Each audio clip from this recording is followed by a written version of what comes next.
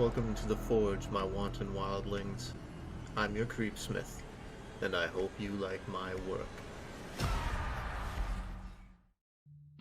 Good evening, my wicked wildlings. Deception is its own punishment, my old mum used to tell me. I always thought the old bag was just trying to get me to be honest in between hunting trips to the mall, but, maybe that's just my family. However, she may have had a point. You do it long enough, though, lie often enough, and it'll strike, that creeping paranoia that if you're lying to others, how many lies are you being fooled into acting on? Take, as an example, tonight's All Hallows horror, Rotting Pumpkins, by Lobdell, from UnsettlingStories.com. The farm near our house had a jack-o'-lantern pumpkin patch on Halloween. It was pretty cool to look at, a whole field filled with meticulously carved pumpkins with their grotesque faces glowing from the candlelight within. There was candy strewn about in little baggies, and kids of all ages visited either before or after they trick-or-treated to get some extra loot. We moved in across the street from that field a couple of years ago. At first, we loved the idea of a jack-o'-lantern patch. It looked quite haunting and really spoke to the Halloween spirit in me and my wife. But then, when Halloween was over, the farmer didn't take the jack-o'-lanterns away. He left them to rot. I assumed it was to fertilize the ground for whatever crop he'd plant in the spring. It made sense that he wouldn't want all that organic material to go to waste. The problem was they'd attract animals and bugs. In the unseasonably warm November we had last year, the smell of rotting gourds brought critters from far and wide to the field, and when they were done eating, they'd wander into the neighborhood. Being a small town, there was little anybody could do to stop the farmer, whose name was Reuben, from doing what he wanted on his property. We had to deal with the deer and the skunks and coyotes and foxes and flies and bees and bats all eating and shitting and fucking their way across town until no more pumpkins were left. Last year, I approached Reuben while he was setting up the jack-o'-lanterns. He was a friendly guy. There was never any doubting that. I explained the issue, and he listened and nodded. He said a few other people had told him the same thing, and he'd fixed their fences over the summer, so that probably wouldn't be a problem anymore. Besides, he told me with a smile, last year was just a test run. This Halloween, everything is going to be just perfect. On Halloween, the jack-o'-lantern field looked even better than it had the year before. Even though the arrangement was the same, Reuben had hired some artists to collaborate and create truly monstrous designs for the pumpkins. They were awesome. I even did a walkthrough myself in the early afternoon before the candles were lit just to take it all in. I felt like a kid again. As the evening was coming to a close, and we'd given out the majority of our candy to the neighborhood children, we were getting ready to turn off the light and lock up when we heard sirens approaching. I looked outside and saw a procession of police cars and fire engines and ambulances heading towards us. I stepped out on the porch and watched as they passed our house and then took the sharp left into the driveway of Reuben's farmhouse. I sat on the steps with my wife and watched as the lights were flipped on and the field was partially illuminated. "Oh my God," I whispered. In the harsh overhead lights, I saw bodies on the ground among the glowing jack-o'-lanterns. Small ones. Small, costumed ones. Kids. "Oh my God," I repeated, louder. Paramedics and rescue officers descended on the field and worked to resuscitate all the still bodies. One by one, they gave up. Parents were arriving in droves, and the sound of wailing and hysteria filled the air. My wife and I held one another as little bodies with sheets over them were loaded into the ambulances. The next morning, it was all over the news. 32 children dead in an apparent poisoning. Reuben was arrested and questioned. He refused to speak to the investigators, and he was held without bail. Funerals were held, and the pumpkins began to rot. It was another unseasonably warm November, and on cue, insects began to discover the field. Clouds of flies drifted in and out, blanketing the field in a gray haze as they left their eggs in the pumpkin's softening flesh. In the following days, toxicology reports on the autopsied children came back. Whatever had poisoned them was still unknown. They'd exhibited all the outward signs of a poisoning: cyanosis, hemorrhage, paralysis, etc. But no toxins were found in their bodies. Tissue samples were held for further testing, but the corpses were released back to the families. 2 weeks later, the air was still thick with flies and bees. We still hadn't had a frost, and things that crawled and flew feasted on the pulpy remains of the jack-o'-lanterns.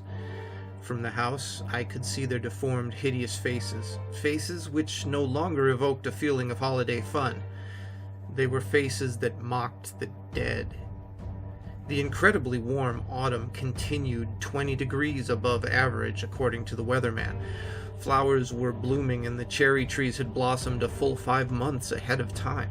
The pumpkins were still there, but mostly formless, having succumbed to the rot and the ravenousness of vermin. As the hot November slouched into December, the luckiest of us had started to forget about the tragedy that had befallen the town, but we still got reminders, especially on December 2nd, when Reuben finally broke his silence. My cousin, Ron, works for the police department as a mechanic. He doesn't have any access to criminals or official information, but he talks a lot to cops, and the cops like to talk. Ron came over on the 2nd before any of the news had gotten out about what Reuben was saying. It was clear that he was uncomfortable. Lillian and I sat and listened while Ron relayed what his buddy had learned from the detective. The Reuben I knew was nothing like the man being described by my cousin.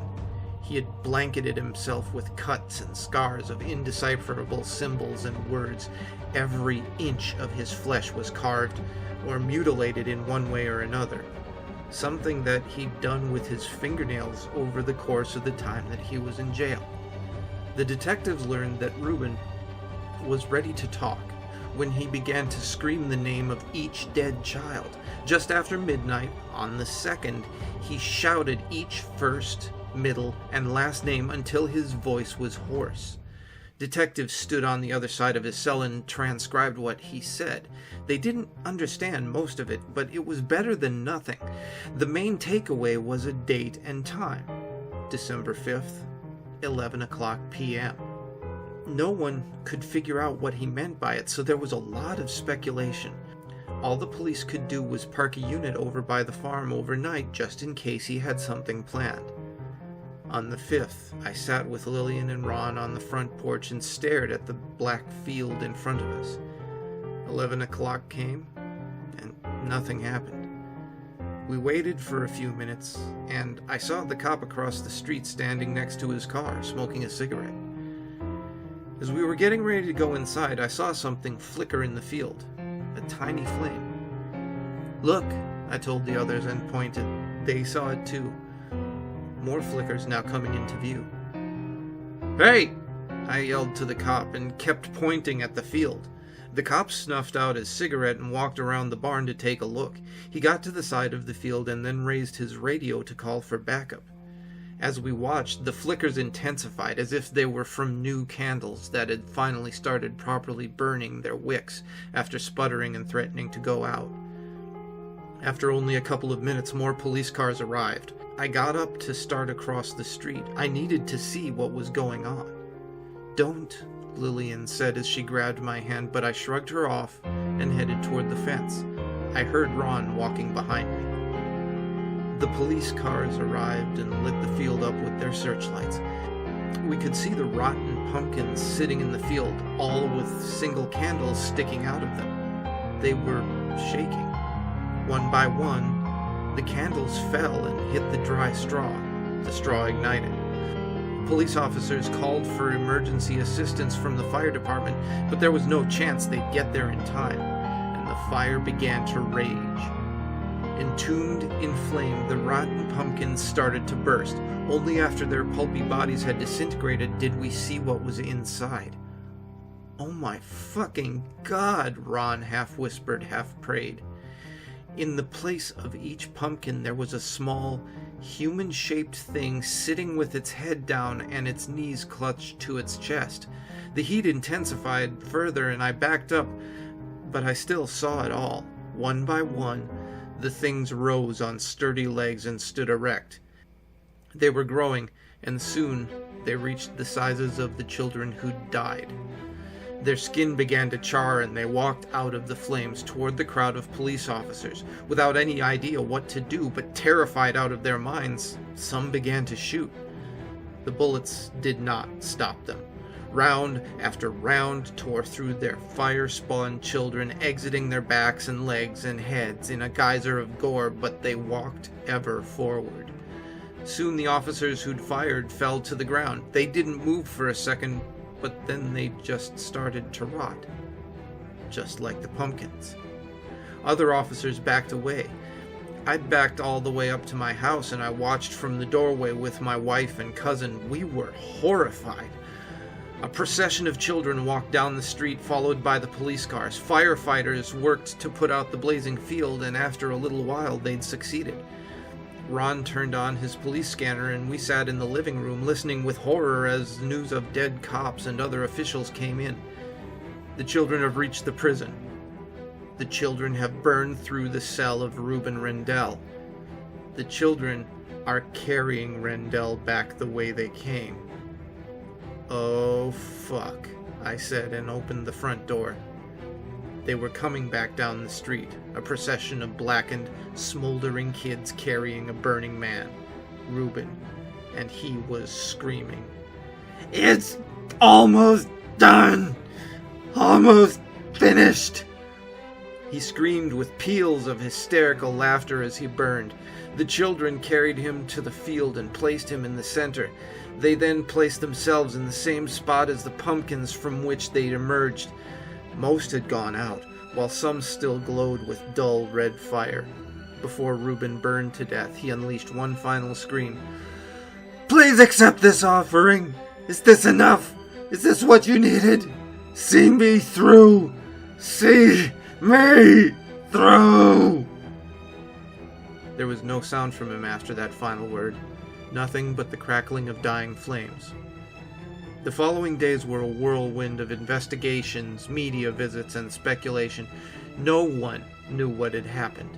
No one knew what Ruben had done. And for a while, it was still a mystery how the kids had been poisoned in the first place. A mystery, that is, until Jasmine McCrae, the mother of a child who was fortunate enough to have been too sick to trick or treat, found a small letter in her son's toy chest. It read, "For a special night of Halloween fun, draw this little picture on a piece of paper and swallow it. Then come to Farmer Ruben's pumpkin patch to trick or treat. You will never, ever want to leave." It was a picture of an inverted star, a pentagram. Jasmine's son told her Ruben had given them to kids at recess one day after he talked to the classes about what it had been like to be a farmer. He came to them individually and made them promise to throw it away after they'd read it and not to tell their parents. Jasmine gave the letter to the police and then told the media. While the superstitious residents of town took that as an answer to what had happened, skeptics like myself couldn't believe it. Even after what I'd seen, I couldn't believe something supernatural had occurred. But then, the photographs came in. The aerial photographs from the news helicopter the day after the Holocaust at the field. Clearly marked in carbon and ash was the shape of a pentagram, the exact shape the pumpkins had been arranged in. No one had noticed it from the ground. And at the center of the pentagram where Ruben had screamed his final pleading prayers, 4 words were burnt into the dirt, the answer to the old farmer's prayers. Not enough. Never enough. Now, I don't have much faith in human nature. Lots of reasons for that, but that's its own story. But I do know that many of those entities that the outcast and the other tend to sacrifice to are not what they seem, especially the ones bent on making us hurt each other. You might want to keep that in mind if such opportunities present themselves. With that in mind, wildlings, stay scary, keep out other people's ceremonies, and make the most of your nights.